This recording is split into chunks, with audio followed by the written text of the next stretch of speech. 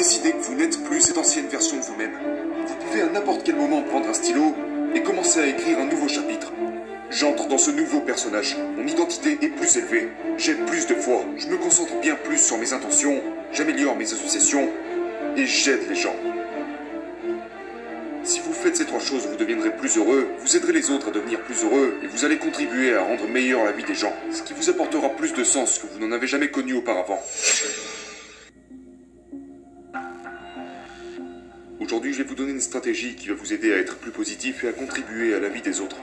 Voyez, si vous vous sentez impuissant, l'un des antidotes au sentiment d'impuissance, c'est de devenir davantage utile.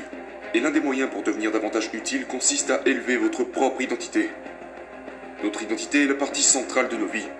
Nous ne pouvons pas performer sans cette identité. Notre identité, fondamentalement, est en fait toutes les idées, concepts et croyances que nous considérons les plus réels à nos yeux. C'est vraiment cette espèce de force invisible dans nos vies qui peut soit nous retenir, soit intensifier notre succès, notre bonheur, nos accomplissements à un tout autre niveau. Si vous regardez l'identité et que vous y pensez, c'est presque comme... C'est comme un thermostat. Par exemple, dans cette pièce, il y a un thermostat accroché contre le mur là-bas. Si ce thermostat est réglé à 23 degrés, cette pièce sera régulée et maintenue à 23 degrés. Et peu importe quelles sont les conditions extérieures, il pourrait faire 37 degrés à l'extérieur. Les facteurs externes n'ont pas d'impact sur ce thermostat. Peu importe le temps qu'il fait, cette pièce sera à 23 degrés. Par conséquent, ça signifie aussi que s'il faisait 4 degrés à l'extérieur, le chauffage se mettrait en route et il chaufferait cette pièce à 23 degrés. C'est comme ça que votre identité fonctionne. C'est le thermostat interne de votre vie. Et c'est pourquoi, très souvent, disons que vos relations ou que sur le plan financier, vous êtes à 23 degrés. Disons que vous avez commencé à améliorer les conditions de votre vie. Les choses vont mieux. Peut-être que vos relations se passent à merveille ou que financièrement, vous avez augmenté vos résultats. Vous êtes passé à 25, 30, 35, 40 degrés de réussite financière ou dans les affaires. Et puis cela semble juste être une coïncidence, mais d'une manière ou d'une autre, le climatiseur se met soudainement en route. Une voiture qui tombe en panne, un événement se produit, vous perdez un client, quelque chose se passe. Et tout à coup, vous levez les yeux et votre vie est de nouveau à 23 degrés, que ce soit au niveau de vos relations, de votre argent ou de votre travail. Ce n'est pas une coïncidence. C'est dû au régulateur de votre vie, à votre identité. Et donc, vous pouvez faire tout un tas de bonnes choses, d'activités, avoir toutes les réflexions, être au top sur la partie exécution. Mais si vous n'élevez pas votre propre valeur à vos yeux, si vous n'élevez pas cette identité, ce thermostat de votre vie, vous vous rabaisserez toujours à ce que vous croyez mériter. Et donc, l'une des clés pour moi dans ma vie n'est pas seulement de m'améliorer au niveau de l'état d'esprit, de la gestion de mes entreprises ou de mes stratégies, mais en élevant cette identité. De sorte à ce que je passe à 30, 35, 40, 45 degrés, que je crois sincèrement être digne, afin que mes actions et mes pensées atteignent ce même niveau, celui de mon thermostat, de ma propre identité.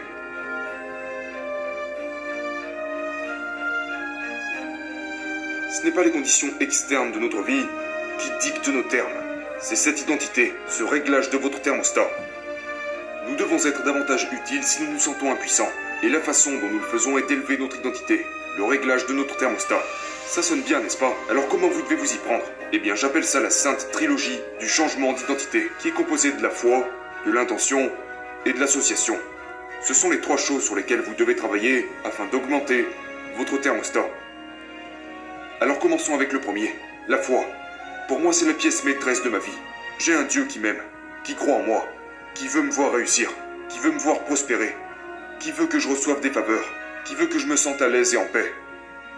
Et donc, je trouve ça intéressant de voir, quand je vois des gens qui ont la foi, ils pensent à Dieu le dimanche quand ils vont à l'église et qu'ils prient, ou quand ils étudient la Bible, ou alors quand ils mangent un repas, ils font leur prière avant de manger, mais d'une manière ou d'une autre, quand ils vont à un rendez-vous d'affaires, qu'ils doivent livrer un discours, qu'ils entrent dans une salle de réunion, qu'ils ont un entretien avec un client, ils laissent Dieu de côté et ils pensent qu'ils sont seuls.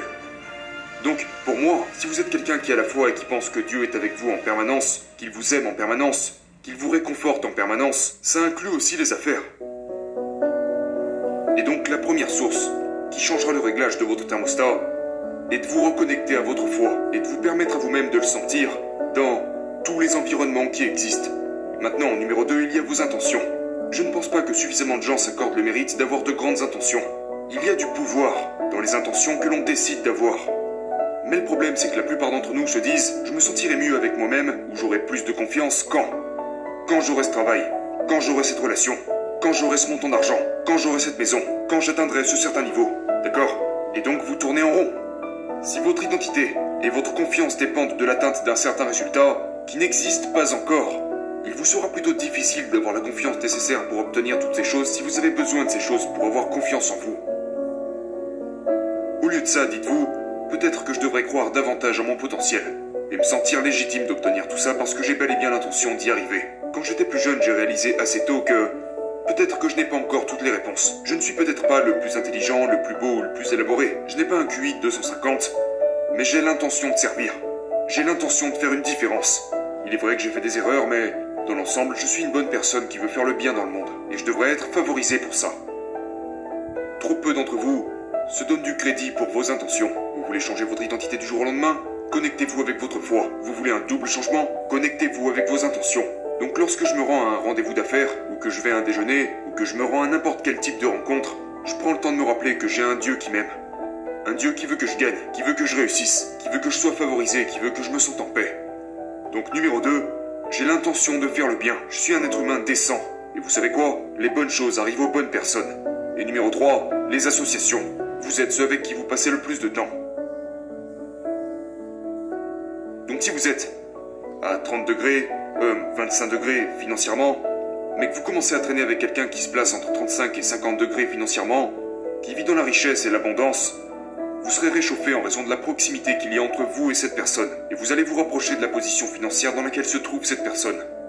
C'est la même chose avec les relations intimes. Si vous voulez avoir une excellente relation amoureuse dans votre vie, qu'initialement vous êtes à 23 degrés dans vos relations intimes, mais que vous commencez à traîner avec des gens qui sont dans de belles relations amoureuses, le réglage de votre thermostat va connaître un ajustement. Et donc ce sont les 3 choses que vous devez faire pour changer votre vie. Notre identité est le gouverneur de notre vie. C'est la force invisible qui régit absolument tout dans nos vies. Autrement dit, le réglage de notre thermostat. Maintenant, portez un regard sur les 90 derniers jours de votre vie. Et posez-vous cette question. Sans compter, disons, votre conjoint et vos enfants. Qui sont les 2 ou 3 personnes avec qui vous avez passé le plus de temps?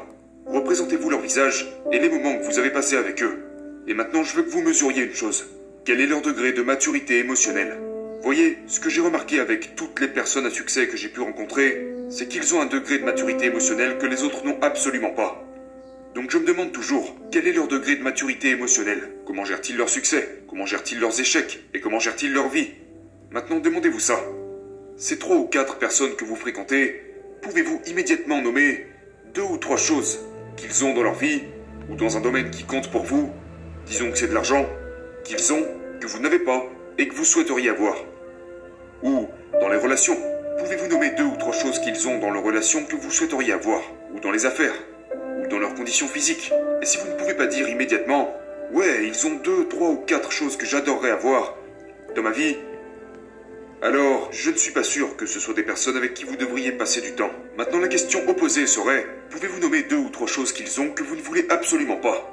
Quand vous regardez leur vie financière, y a-t-il 2 ou 3 choses dans leur vie financière que vous ne voulez absolument pas?